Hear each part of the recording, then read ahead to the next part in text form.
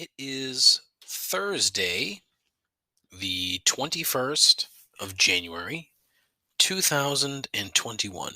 Yesterday saw the typical pomp and circumstance that accompanies an inauguration, and quite frankly, the boringness of it all was quite refreshing. I enjoyed it. Right up until I saw Alex Rodriguez standing on the platform. Scandalous cheat, over enunciator, and mortal enemy, a friend of the show, Rich Leaf, who never earned his pinstripes. Of all the people to weasel their way up there, it had to have been him, huh?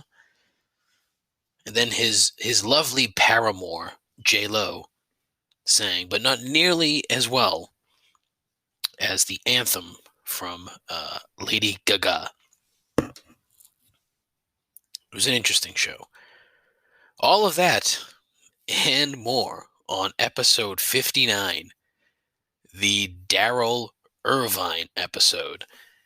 Settle in, folks, because this is a great story about how stupid your old boy Dave really is. Let me take you back to, I think it was like 2008.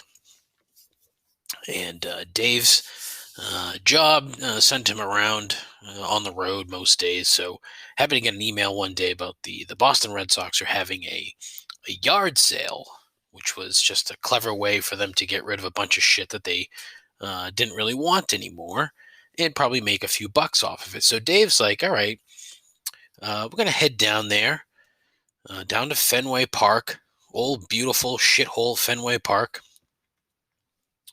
and, see what they got. So I just moved into a new place. So it was 2008, I think. Yeah, I think it was 2008. I just moved to a new place in Marshfield, and they were selling, like a round table and chairs. It was in one of the clubhouse suites. They were selling it for like $20. I'm like, fuck, sold. And they had this giant box of game-worn jerseys from players in the past. But they didn't tell you what was in the bag. So you paid $75, you grabbed the bag, and you got, whatever you got. So I grabbed a bag, and I got a couple other things, a couple of bricks from, shit that they were doing when they were tearing shit down and whatnot. So got all my shit. I had to go and go in the back of the building and pick up my table and chairs. I was probably in there maybe an hour or so, not long. So I was driving a Ford Escape at the time.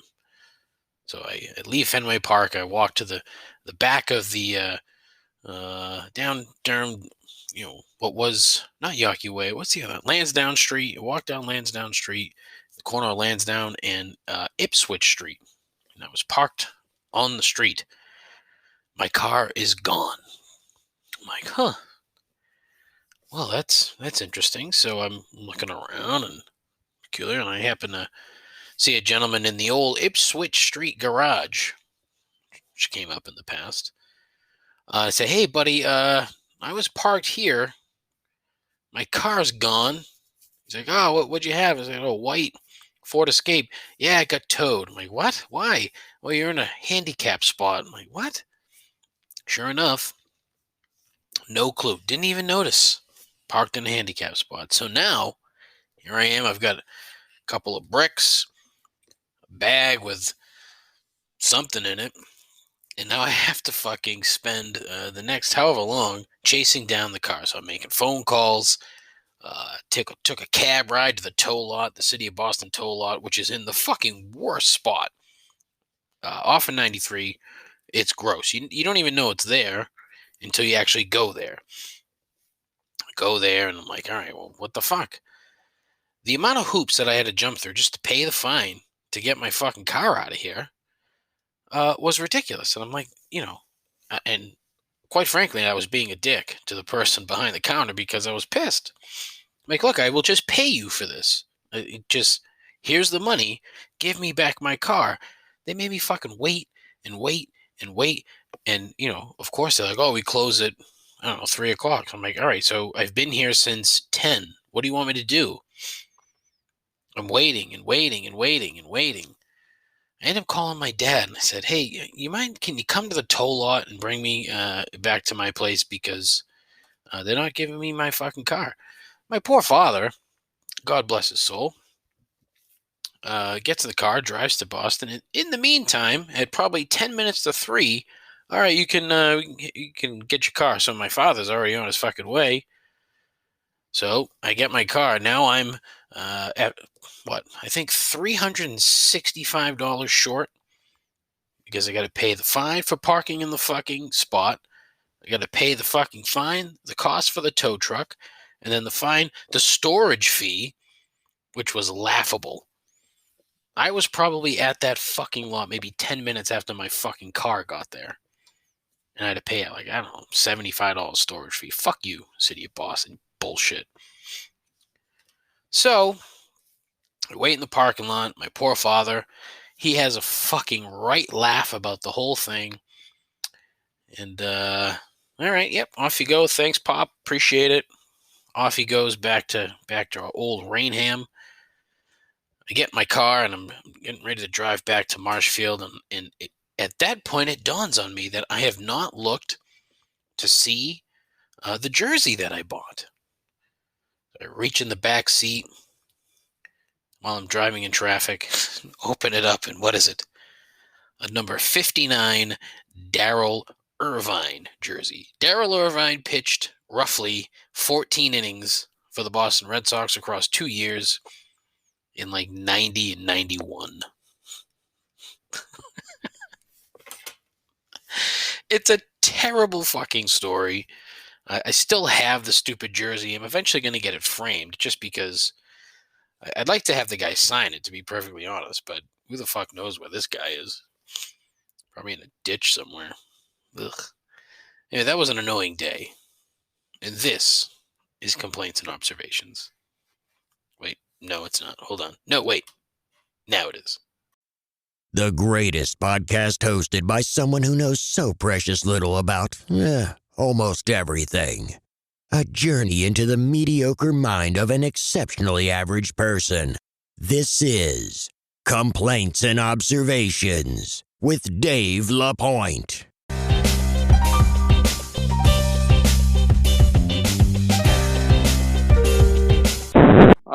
There's a tingling in my trousers, and it's not a good one.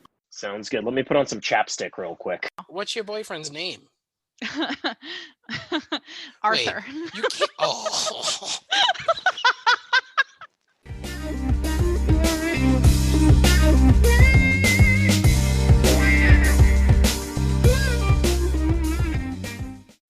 Who the hell is Dave LaPointe? That was a long open. I do apologize, but it's a story that I like to tell, even though it still fucking kind of aggravates me. Anyway, thanks so much for being here. Appreciate it, all 4 of you. Thank you for taking time out of your horribly busy schedule. Please, I'm giving you fair warning. My allergies today have been ghastly. I mean, a lot of fucking watery eyes, runny noses, headache, sneezing like crazy. So not good for old Dave here, but yesterday, Wednesday, Inauguration Day, terrific day for rationally thinking people. No, I'm sorry, I'm kidding. No, I'm not kidding. It's true. Good day. You know, as I mentioned, the pomp and circumstance was back. It felt normal. As normal as politics can be, which is completely abnormal as it is. I am of the belief that the gentleman that we now have as president is a decent human being. And quite honestly, I think that's all you can really hope for, is a decent human being. Is he going to do everything right? No. Is he going to do everything wrong? No. Is he going to be a decent person? That's the hope. That's really all you should be shooting for, honestly. But I thought it was well done. Didn't need the dumb politician jokes. Too many too many. Oh, I didn't think there was going to be snow here today. Wah, wah, wah, wah. Shut up. Just shut up. Read your fucking card. Get off the stage. Move this along. The quicker that we can fucking get through this, the quicker we can take care of all the shit that we actually need to do, which is work. That's the idea. But Kamala Harris, very nice. Enjoyed that. It was history making. A black woman being the vice president, quite frankly, is amazing to me. It's amazing.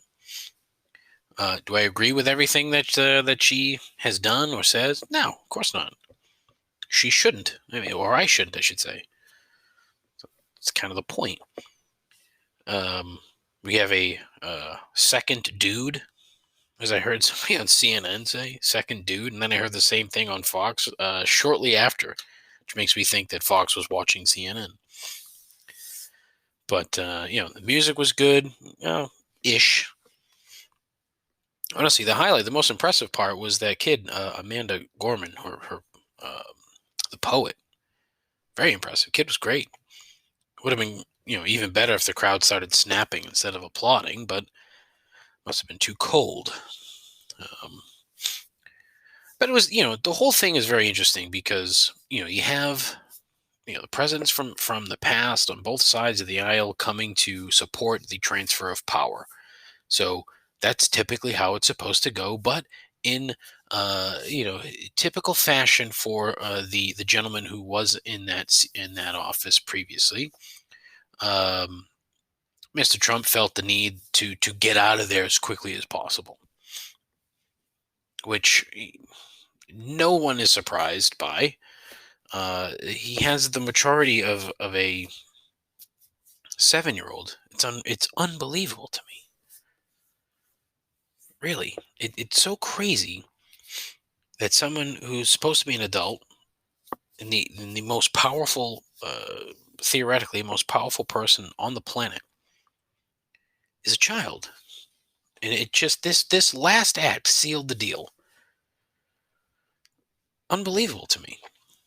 But yet at the same time completely believable. And Mike Pence shows up and, a lot of nodding, a lot of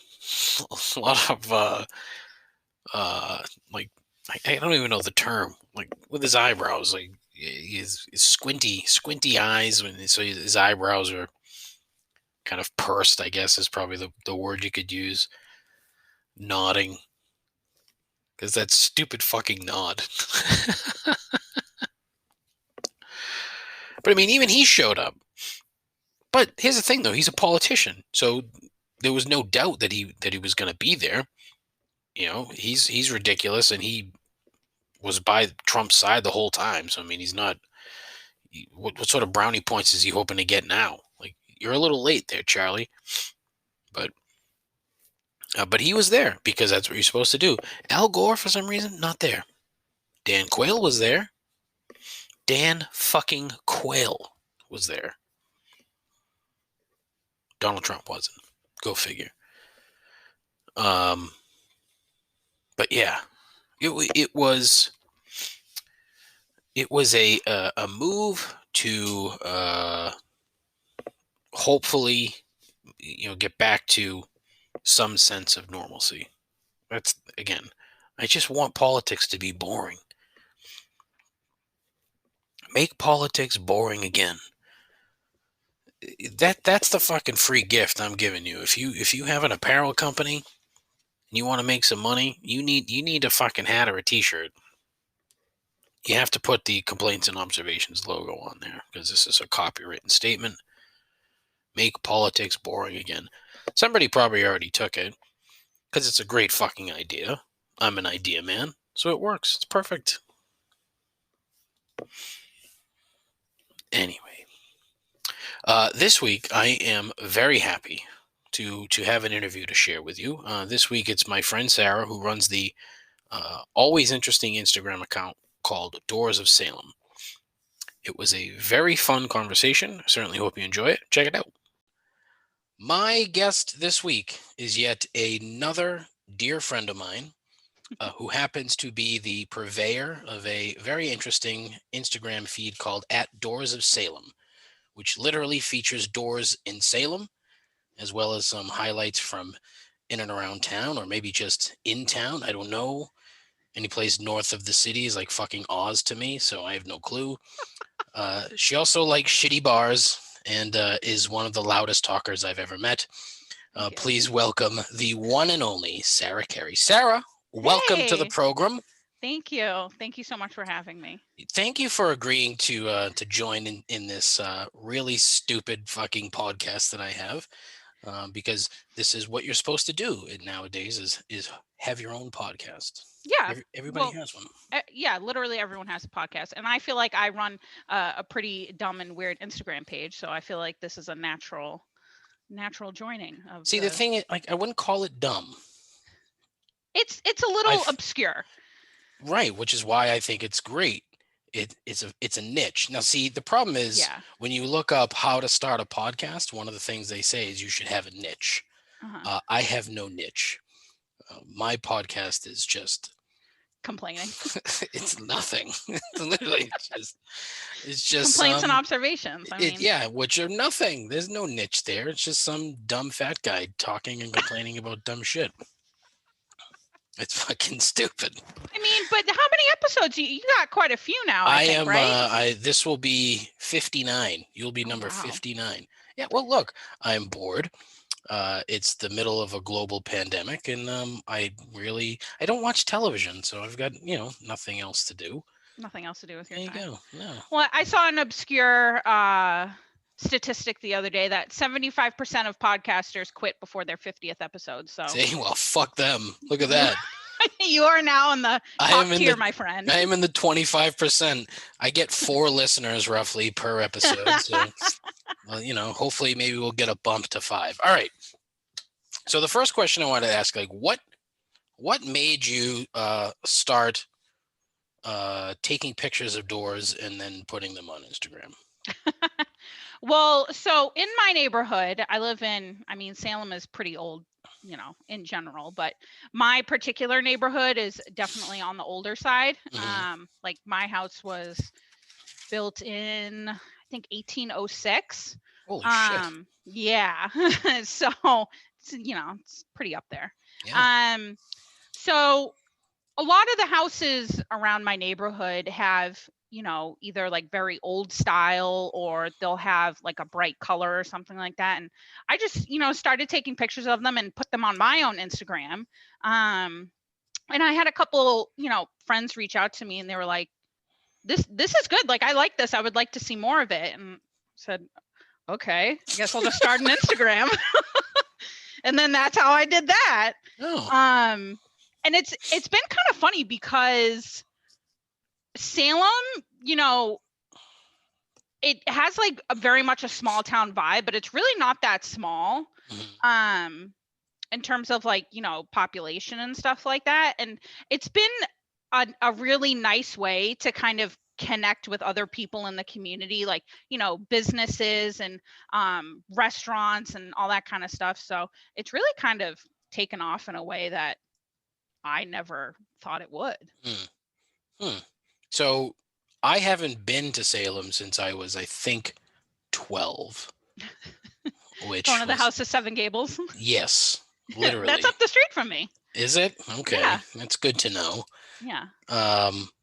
So, I have zero clue or zero reference about the town at all. Mm-hmm. So one of the things that I thoroughly enjoy about that page is that you're always showing other shit around town other than just obviously doors. Mm-hmm. So one of the things that, my assumption is that this has come to you at some point, but I am a big fan of the Old Dirty Boston podcast. Are you familiar with Old Dirty Boston? I don't think so. Oh, this kid is fantastic. Talks about all kinds of weird shit in the city, but he also will do this. He has been doing it for months where he goes around and films like these. His stories will just be, oh, I'm at breakfast at this place in Somerville. They have a great fucking burger, whatever. And it's fantastic. I'm like, that would be so perfect for your page. so perfect. Yeah. Where you just go somewhere, you film shit, you put it in the fucking story, and then people are like, oh, Salem really isn't all just witchy nonsense. I can go check out this other thing. It was just something that popped into my head literally this morning Yeah. because he posted something about he was at a diner in Somerville or some shit. Yeah. I don't know. I'm like, oh, wow. But you should check out his page, Old Dirty Boston, I will. and he has a I'll have to podcast too. remember That's that. very good. It's excellent. Anyways, that was a complete aside. So, um, so give me, obviously you're familiar with your town, so you know Mhm. the ins and outs. Give me and my four listeners, the sort of non-touristy, dumb witchy crap side of Salem that you would suggest to somebody from, out of town or out of state or whatever Yeah. that was interested in seeing Salem. So it's kind of funny because I mean, so like this year, for example, you would think that October might have been a little bit quieter. It is very much not the case this year. Still Really? thousands. Oh yeah, out of state, like Vermont plates, Pennsylvania plates, Florida plates. I'm like, guys, please, you can come here literally at any time during the year, and all the museums are still going to be open. You can still do all the witchy touristy stuff that you want to do, because that really is a big draw for a lot of people. Sure. I mean, the history is just, it goes so deep and it's so interesting to learn about. So I mean, there are just an unlimited amount of, stupid Halloween things that you can do. But they do have Peabody Essex Museum is honestly an incredible museum. They always have like different rotating like exhibits that they'll do, like showcasing ones. So I've seen some of the ones that I've gone to have been about like steamships, Fabergé eggs. I went to one about hats. It was fascinating. I was like, I love this. All different types of hats. I love hats. I love hat. I went to a shoe one. That was great too.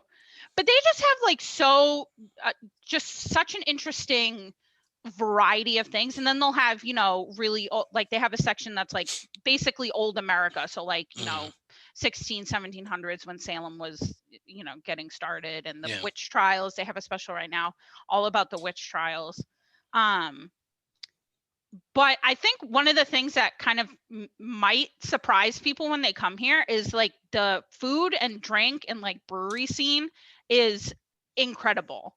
I personally think that like some of the restaurants here are, Boston level in terms of like decor and aesthetic and quality of food that they offer, and just the skill set that the people working there have. And I think in the last 5 years maybe there's been at least 4 or 5 breweries that have opened, and really good ones that I can. wow. Yeah, I mean, there's Notch, Far from the Tree Cider, Deacon Giles is a distillery. What? Yeah. Really? There's a bunch. What was it called? Deacon Giles. They have a little bar in their distillery that they call a speakeasy, which is they always have like, fancy little drinks and all. Oh, that's so quaint. Just make fucking whiskey, for Christ's sakes. Do they have whiskey yet? I know that they have or is vodka. It just like gin and vodka? They have gin, vodka, rum, spiced rum. Yeah, okay. I'm not 100% sure if they have whiskey. Probably not. It's probably aging, if I had to guess. Yeah. Okay. That's cool. Huh. But then, like you said, I love shitty bars. There are still plenty of those as well. Is there? I like a bar where the crowd is described as crotchety. Like the median age is about 52. And there's Keno. And your feet stick to the carpet? Yes, there is carpet. Right. It's amazing. You can run the full gamut. There you go. And there's Keno. And there's who doesn't love Keno? I mean, I think I won once, and I'm still chasing that high. Are you serious? Once? You know, like God. won big ones. I think I've Oh. won like, $2 or $3 here or there, but I won nothing. $100 once on 1, 2, 3, 4. Wow. I know, and now I've been playing 1, 2, 3, 4 for See? 25 years. Right? It's never going to happen again. No, never. Absolutely not. Absolutely not. Cool. That's really cool. I did not know there was a distillery there. Yeah. My interest is piqued. Yeah. You might be able to order from online there too. Is that right? Will they ship it, or do I have to Yeah. like actually drive up there to get it? No, I think they probably ship it. Good to know. May ship. Adding that to my notes. Yeah. Exclamation point. There you go. I have to go to the Kowloon at some point, so Oh my! I could I don't even go past sad. the Kowloon. Why? What, What's sad? Have you not heard? They're not closing. But it's like a looming black cloud over my head. No. Please, come on. I don't know. They'll They're never going to look. be able to get a pretty penny for that. Right, I know, location. but do you know the amount of money that they make? Oh, I know. It's crazy. And I understand they're going to close at some point, but right. Look, Andy Wong assured me via Twitter that it will that it was just yes. Yeah, I've been following Andy Wong on Twitter for quite some time. I love that. Yeah. He's great.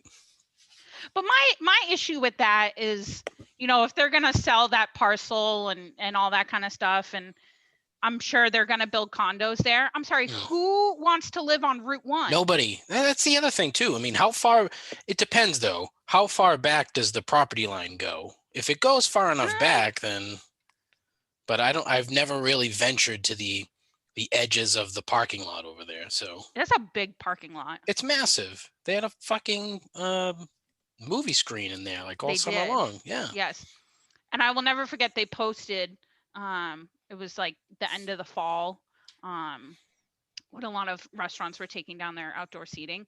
They posted on Instagram and said, our outdoor seating is now indoors. So you have indoor seating is what you're telling me. That's awesome. I don't understand. Well, they're just sharing. It's big news. It was, I got a $10 gift certificate to the Kowloon from my new employer. They gave us a bunch of gift cards that literally were supposed to be for Christmas. They showed up like last week, right around the same time as your Christmas card, a month late. Yeah. And it's for a bunch of places like Harrow's Chicken Pies is another one. Excellent. Which is great. I love that place. So would they drive up Route 1 and just get one from every business? I think they did. There was another one too, and then I got the Phantom Gourmet gift card, which whatever. What can you do? It's good enough. Right. Free food. Well, those you can use anywhere, I think, right? Well, yeah, I think almost so. Anywhere. Almost anywhere. Almost. So, all right. The next thing that I wanted to discuss, and the reason that this popped into my head, okay, is because on your Instagram feed the other day was Gary the cat.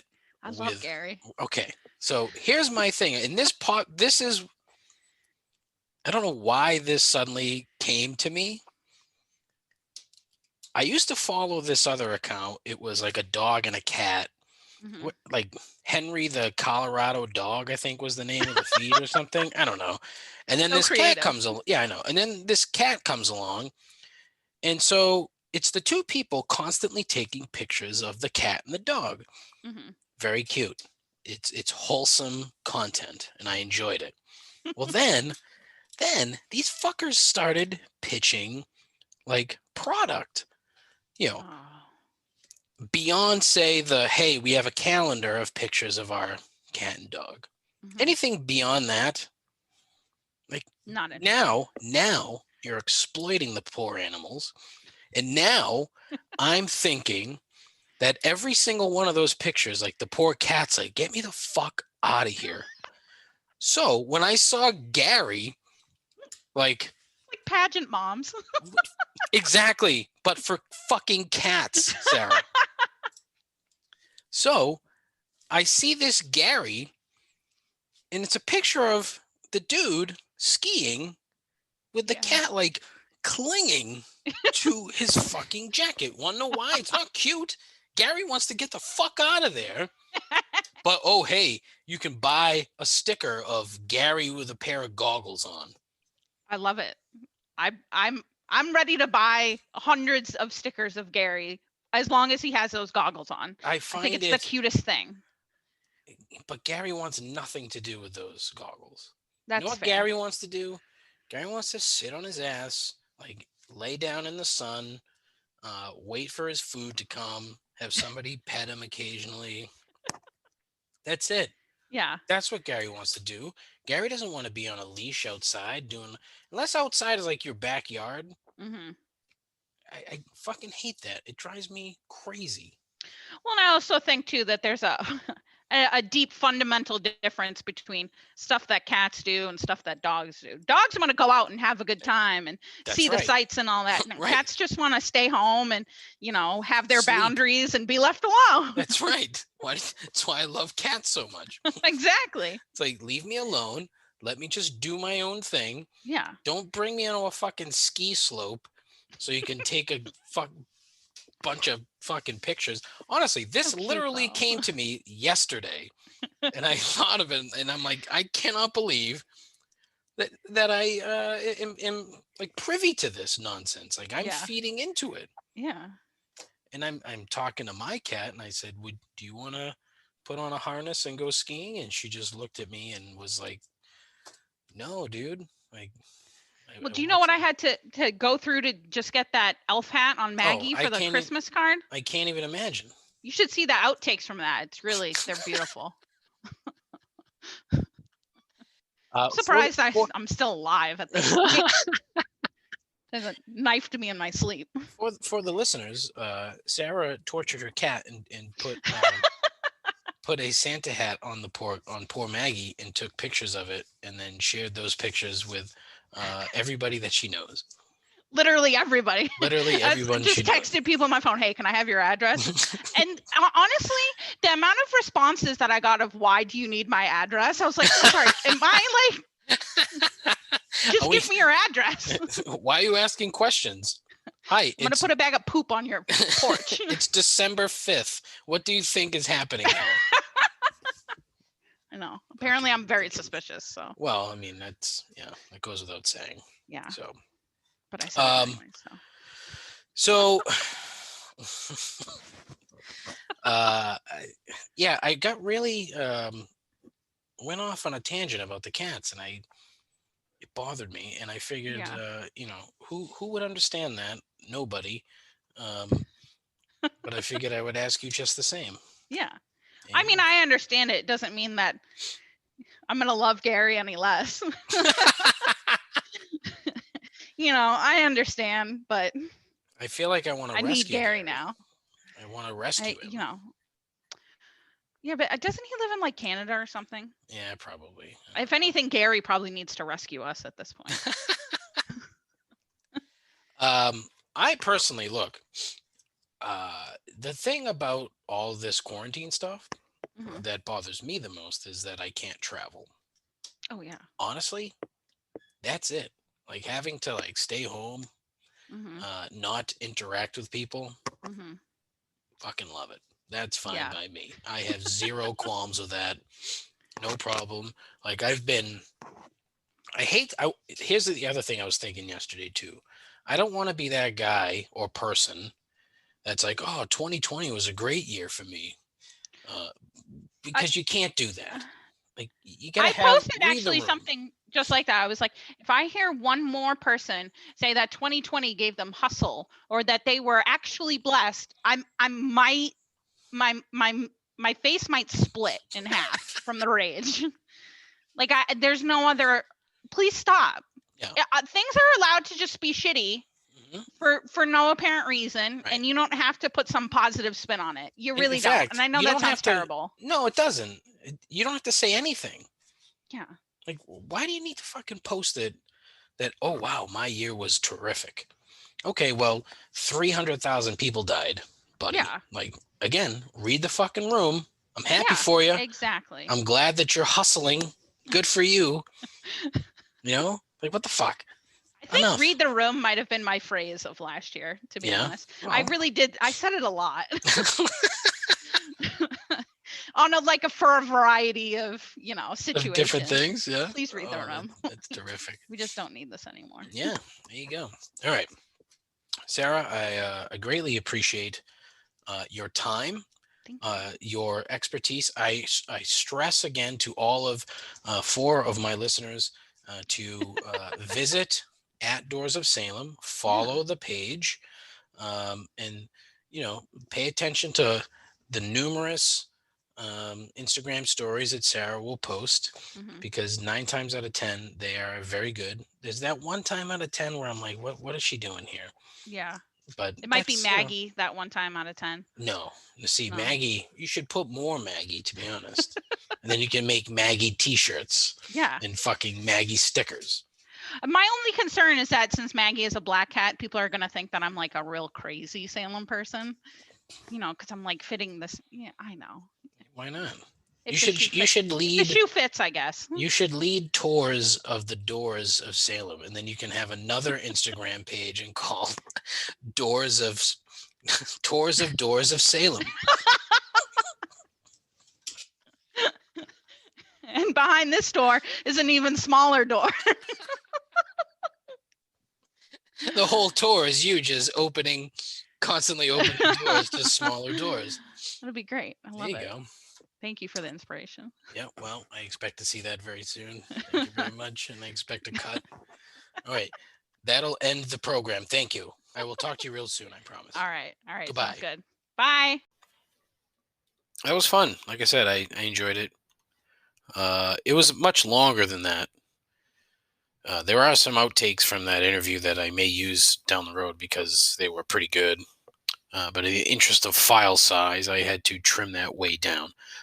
My terrific hosting company here has a limit on the size of the file, which is just stupid. So I had to trim it way down. So hopefully I can use some more of that. Maybe next week I'll pull some more. Who knows? Maybe we'll double dip with Sarah. Why not? Because yeah, she's awesome. I hope to have her back soon. That'd be nice. Now, oh, by the way, please go to @Doors of Salem on Instagram. @Doors of Salem. One word. Doors of Salem on Instagram. Check it out. If you like doors or you like Salem, it's a great feed. If you don't like either, it's going to be kind of tough for you. If you listen to that interview and you think, oh, this, she's interesting, you could try that. Maybe that'll get you to go there. If you like me, which you probably don't. You're probably listening to this out of pity. It's thanks, I guess. I don't know. Doors of Salem. Check it out. Now, on to the toy aisle, shall we? Big news in the toy aisle this week, okay? The New York Metropolitans. Sports. The New York Metropolitans are simply amazing. No matter how hard they try, they just can't stop being the Mets. It is impossible. They got a new owner. This gentleman, Steve Cohen. Interesting cat. Seems like a decent guy. A little quirky, which you sort of have to be. It's like a hedge fund guy, numbers guy, absurdly rich guy. Paid way too much fucking money for the goddamn New York Mets. Go figure. But I like the fact that he's trying to make the Mets something other than the usually hapless Mets. Well, he fired the GM that he inherited, who had only been there for a year. Another weirdo. But again, I think you have to be inherently strange to be the GM of the Mets. Because there's so much shit there. There's a lot of shit. The history of ownership for the Mets is very odd. I think it's in July. I think it's July 1st every year. Something called Bobby Bonilla Day. If you're not familiar with Bobby Bonilla Day, check it out. Bobby Bonilla was a good player back in the 90s, still making money from the Mets because he signed as a free agent and deferred a lot of money. Oh, excuse me. Well, so, and also, I don't know if it was the last owner. Yeah, the Wilpons. The last owner of the Mets was a good friend of Bernie Madoff. And Bernie Madoff fucking ripped his ass off to the tune of tens of millions of dollars. So there's that too. But, they're the Mets. It's like inherently goofy and dumb. They're the second team in the city. They're like the Jets. The Jets and the Mets are the same fucking thing. If you like the Jets, you like the Mets. If you like the Mets, you like the Jets. And guess what? You never have any enjoyment of any sport ever. It's very strange. The dynamic in New York with two teams for all four major sports is weird. Even soccer. There's even two fucking soccer teams. Go figure, huh? All right. Anyways, back to the point. So, Steve Cohen and the Mets hire a new GM, kid by the name of Jared Porter. Porter, from Minnesota, with some family ties to hockey. He is cousins with current Penguins head coach Mike Sullivan, former Bruins coach Mike Sullivan. Good coach, but he's one of these guys that, the benefit of really good players. He just happens to have Sidney fucking Crosby, who's one of the best players ever. So he's won a couple cups. There you go. But Jared Porter moves to Duxbury, while in high school, and ends up at Thayer Academy. I have never met someone who went to Thayer that didn't come off as an entitled douchebag either during or after their time there. Must be something in the water, or they're just naturally douchey. And look, it's a terrible fucking assumption and shitty thing to say, but it's true. I have yet to meet somebody who went to that fucking institution that was actually a likable person. And I've, been unfortunate to meet quite a few. If you went to Thayer Academy and you're not a douchebag, please let me know. Come on the show. We'll talk. Mr. Porter then goes to Bowdoin, of course, and he ends up being an intern in the Cape Cod Baseball League. The Cape League, they have what I imagine to be like a trust fund requirement to get one of these internships. So from there, he interns with the Red Sox, where 8 years later, he ends up as the director of pro scouting. Quite the journey. Quite honestly, it's a wet dream scenario for a lot of people around here. I'm one of them. Granted, I attempted a similar path in my mid-30s. Didn't work. I ended up working for a different summer league team just off the Cape, and nothing came of it. What can you do? Busted my balls for fucking 3 years for like literally nothing. Stupid. Really, just... You say that you shouldn't have regrets in life. I have regrets. Not quite a few, but a few. One is that, I didn't go to college after high school. And did what I did in my mid-30s, and I could have done in my early 20s, but now I'm sitting here talking to you. At any rate, Porter ended up going to the Cubs. Then before the Mets, he had 2 years in Arizona. Well, he gets a job mid-December. ESPN comes out with a story that says Jared was trying to put the moves on a foreign reporter back in like 2016, 2017, something like that, when he was with the Cubs. And bombarded this poor girl with text messages. And eventually, a dick pic. A dick pic. Now, I'm pretty sure I've talked about this on the show before. This is a total aside. I'm going to have a couple of sides in this story, but this is aside number one. Okay? I think I've talked about this on the show, but I'm not 100% sure. Regardless, I will never get the point of sending a picture of your dick to anybody and expecting a positive reaction. Now, the first thing that you're probably thinking is, well, Dave, because you probably got a small dick. That's neither here nor there, okay? You know, that's just like your opinion, man. So, whatever. But look, I have a small dick, but look, I don't care if your dick is big, small, wide, thin, black, white, purple, it don't matter. 99.5% of people do not want to see that. If you find that 0.5%, well, then you've got a fucking keeper, dude. Congrats. I don't know where that's going to get you, but whatever. If a girl really wants to see your dick, she'll just say, hey, I want to see your dick. At least that's what I assume how that goes. It's never happened to me, so I don't know. But that would be an assumption. Dick pics. And the people that always get caught doing it are just the fucking dumbest. Just dumb fucking people. Who shouldn't be dumb. Jeff Bezos shouldn't be that dumb.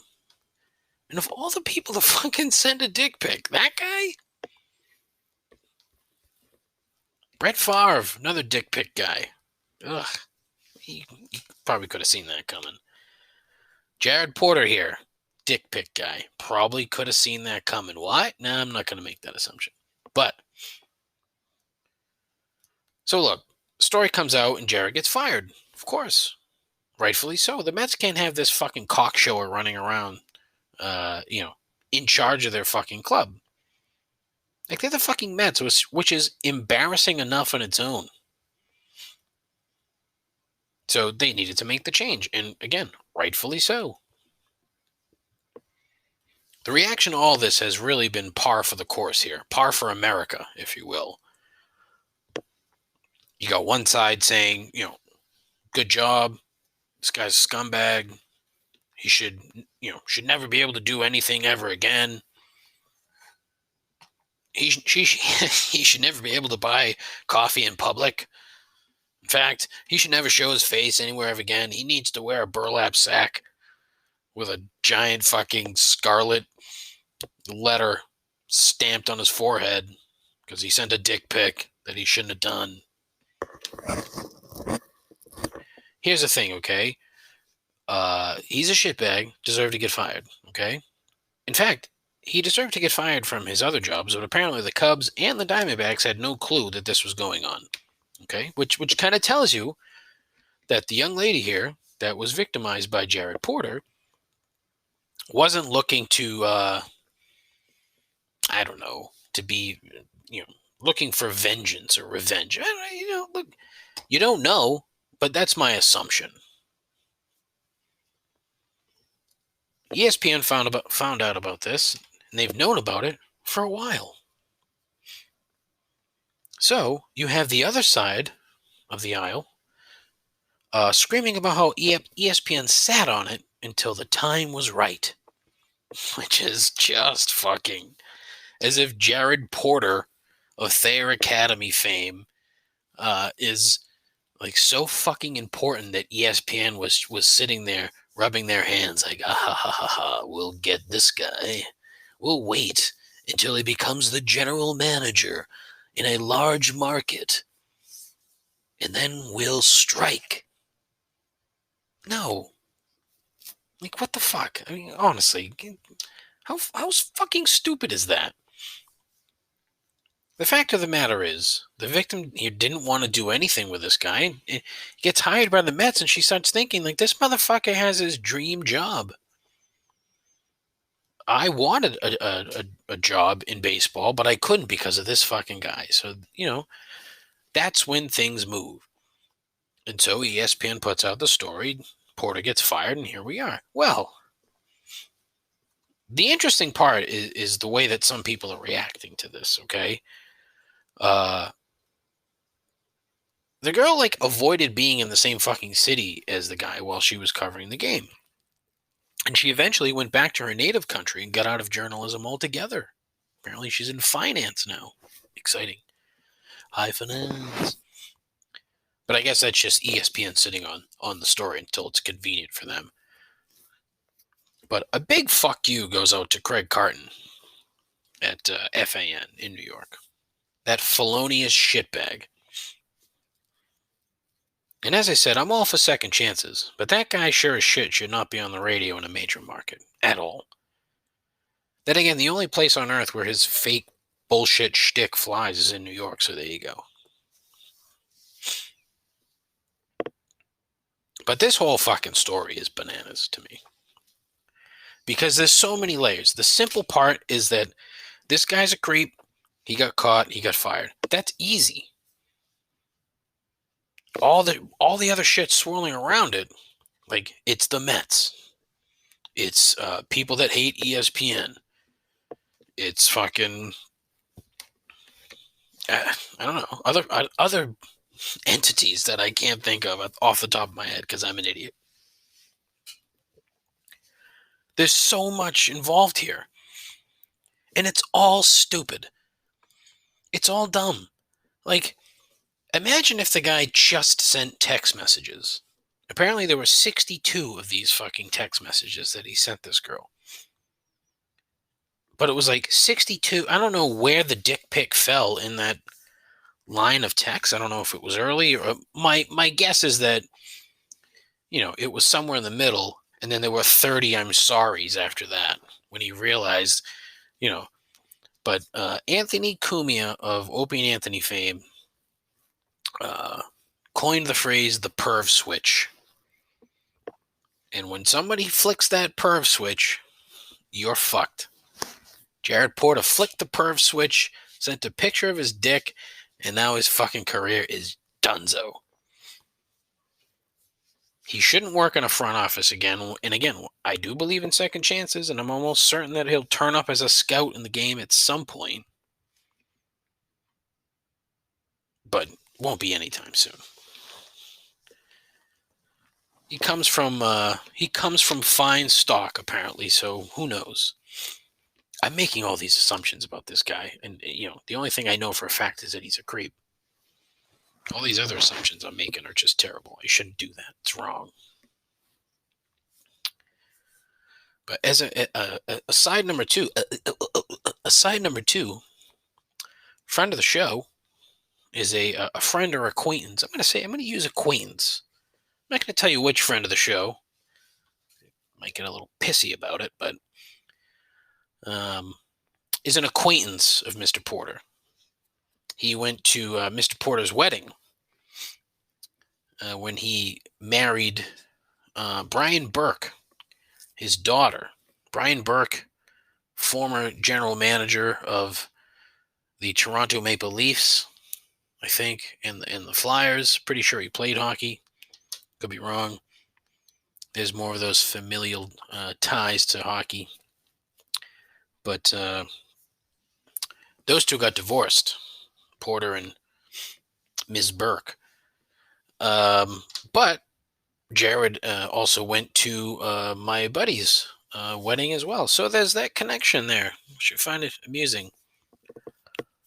It was funny because when he got hired, I got the text message from him. He's like, "Oh, I know this guy." I'm like, "Oh, that's great. That's pretty cool. You know the GM for the Mets." And then he sent me one the other day, like, "Ooh, yeah." He sent me the tweet of the story from the New York Post that he'd been fired. Hey, you think he wants to be on the podcast? Complaints and observations where you can tell your side of the story, no matter how fucked up it is. Oh boy, that's good stuff. All right, it is time for 3 gripes.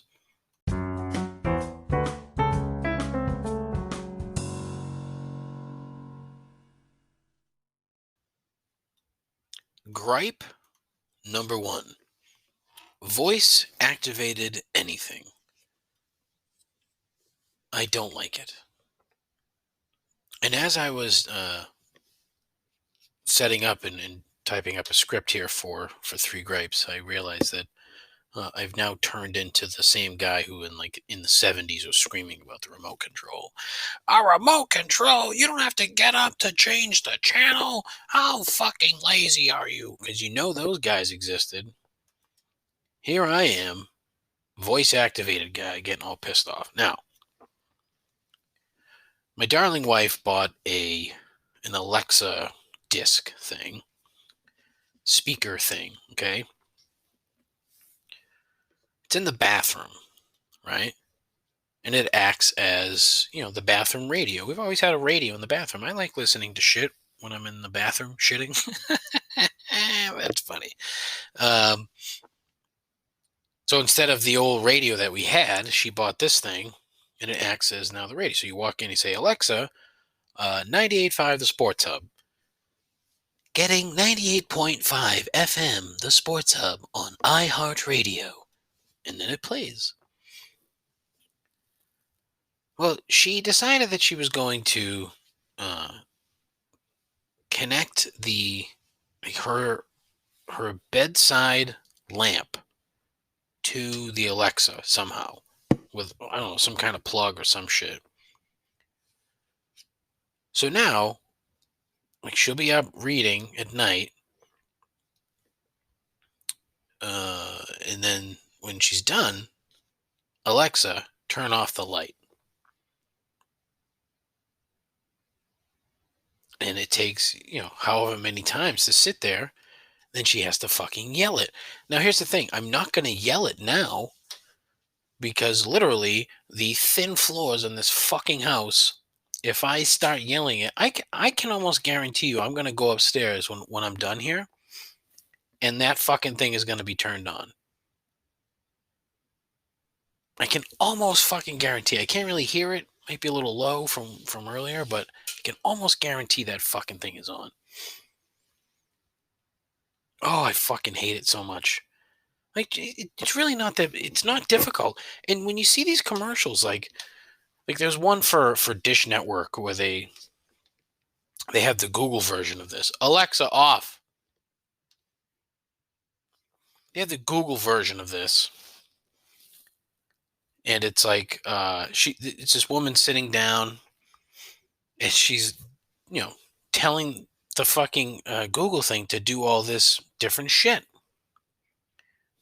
Google, lock the door. Google. Now my fucking phone is doing shit because I said Google. Fuck you. Oh, see what I mean? Ugh, stupid. The commercial's like, Google, lock the door. Google, rub my balls. Google, fucking do this, do that. How fucking lazy do we have to... Have we gone to the point now where getting up off the couch is a fucking inconvenience? To do anything? Leaning over to turn off the fucking lamp is so difficult that you need the goddamn remote control assistant thing to do it for you? Stop! Enough! You don't need it. It's too much. Enough is enough. All right? I'm putting my fucking foot down.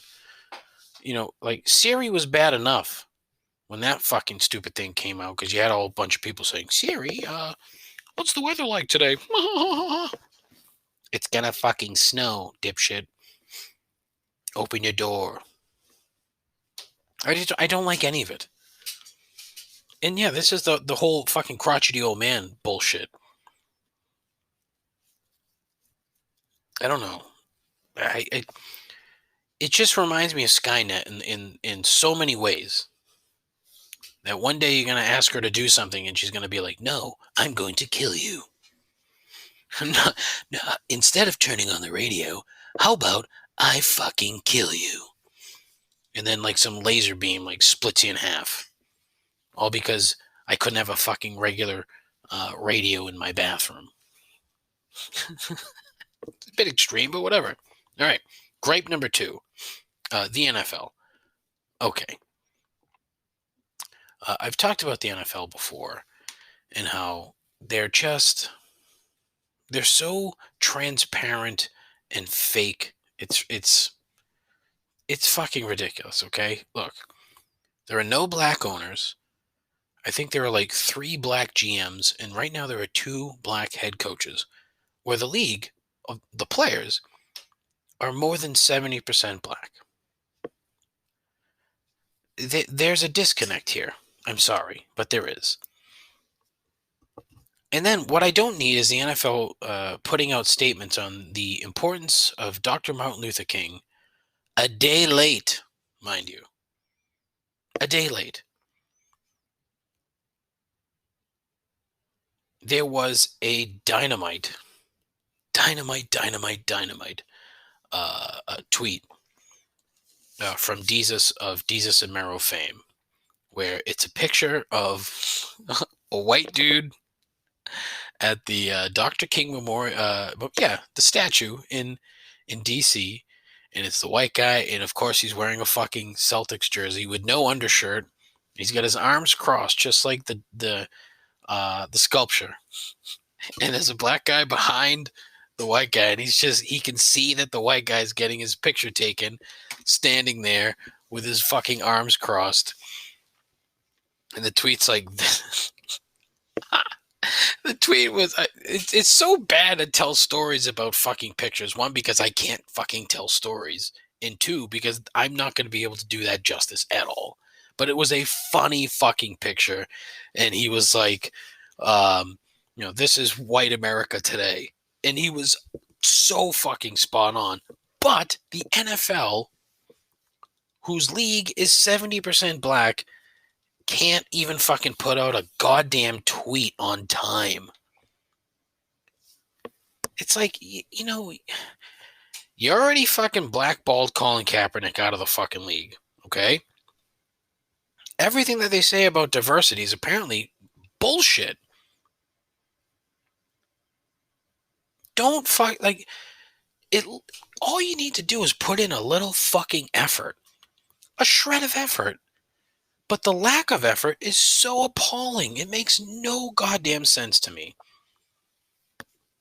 These fucking good old boys that own the goddamn league, they just can't wait to fucking bring in another dumb white guy to fucking screw up their football team. See this goober that got hired by the Falcons? Arthur Smith, I think is his name. This guy is like, I think his dad is like he might be like Arthur Blank, the guy that owns the team. His father's what the fuck? No, he's the FedEx guy. What am I saying? Fred. He's Fred Smith. Oh, that's gonna fucking segue into my third gripe so good, and I didn't even realize it. Oh man. So fucking Arthur Blank, rich guy from Home Depot, hires Fred Smith's kid to coach his fucking team. Like, how stupid is that? Fred Smith has a daughter named Windland. All right, let me get this fucking straight. Oh, this is great. Fred Smith has 5 children. Dick Smith, Arthur Smith, Art. There's a name that's come up twice in the program. Jesus Christ.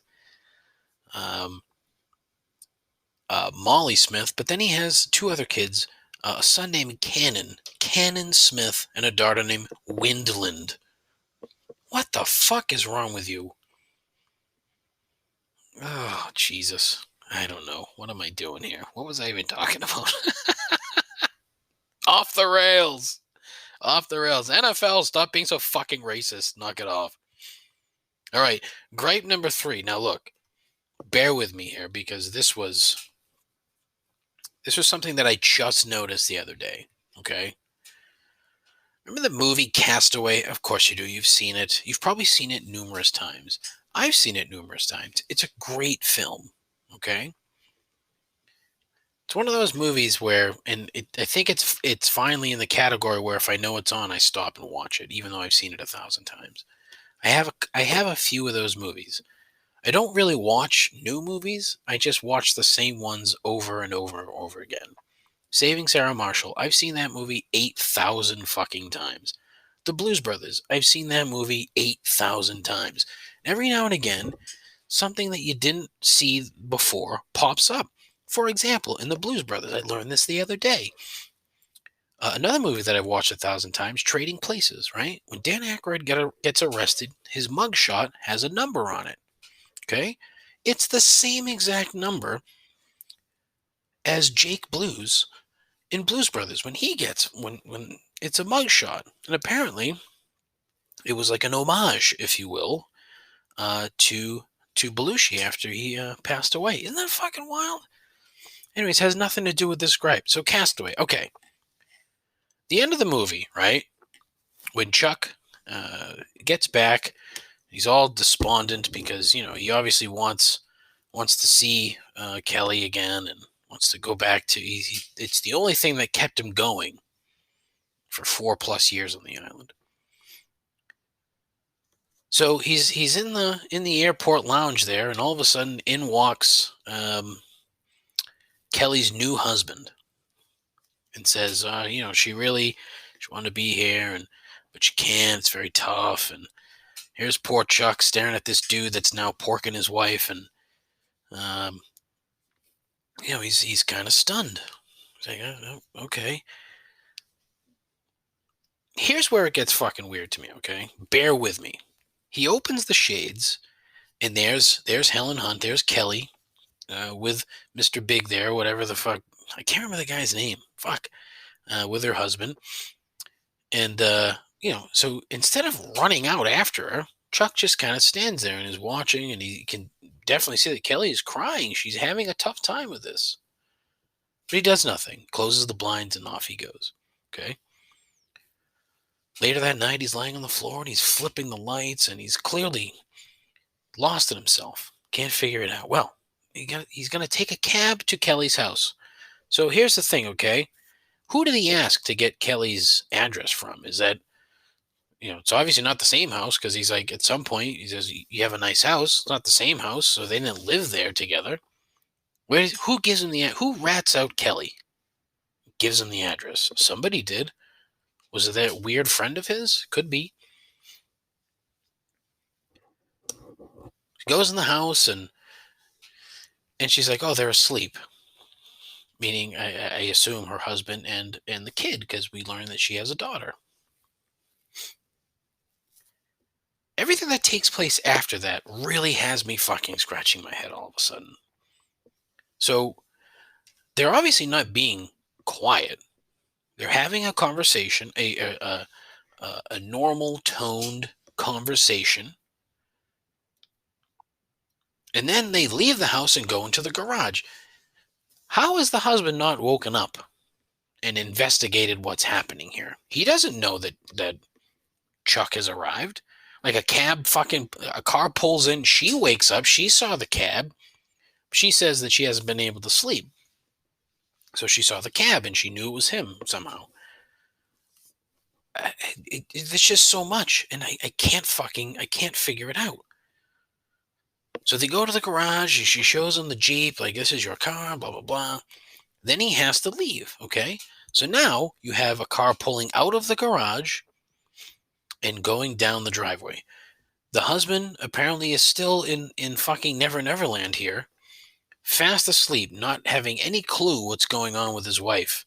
And this guy who is literally back from the dead, who she used to, be madly in love with.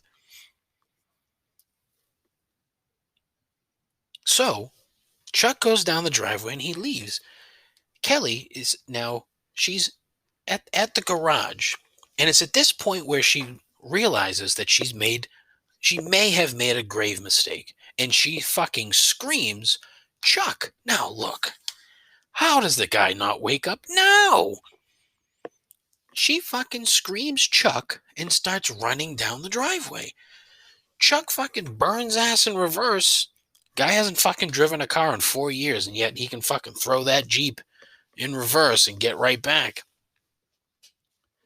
Not apparently, still nothing. he has to be watching, right? Like, he has to be fucking looking out the window, seeing what's going on, watching it all unfold. Chuck backs up, and they start making out in the fucking rain. Cliched bullshit scene. They're making out in the rain. Then she gets in the car with him. Now, look, if he's watching and sees her get in the car with him, that's the fucking, I'm running down the stairs, I'm running outside, and fucking Chuck's getting a punch in the nose. Look, dude, I know you were dead for 4 years, but look, things are different now, man.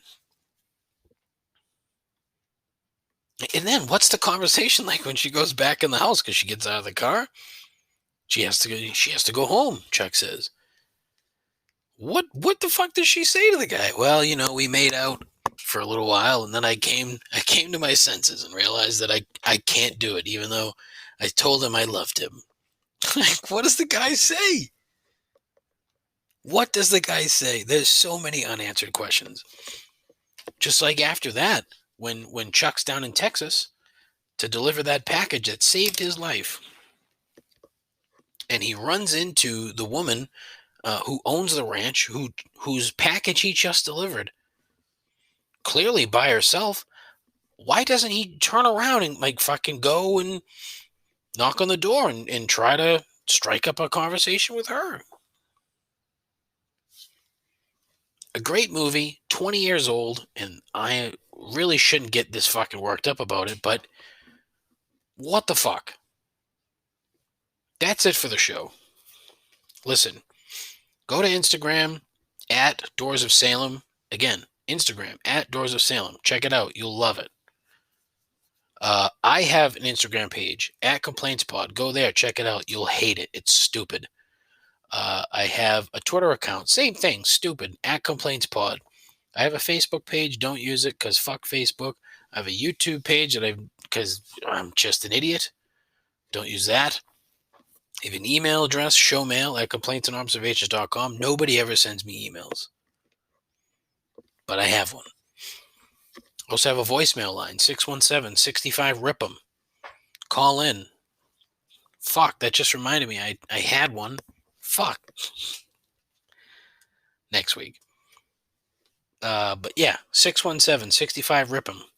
RIPEM, RIP-'em. 617-65-RIP-'em. I keep saying it, but nobody fucking calls. Call in.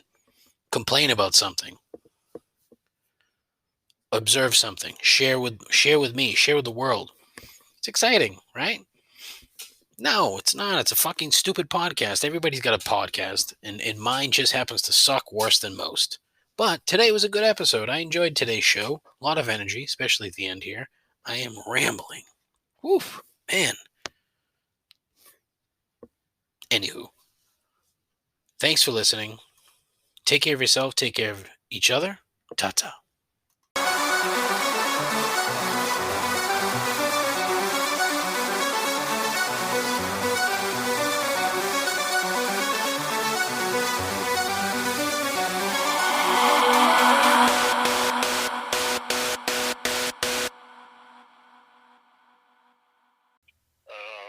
I am without speech. I am speechless.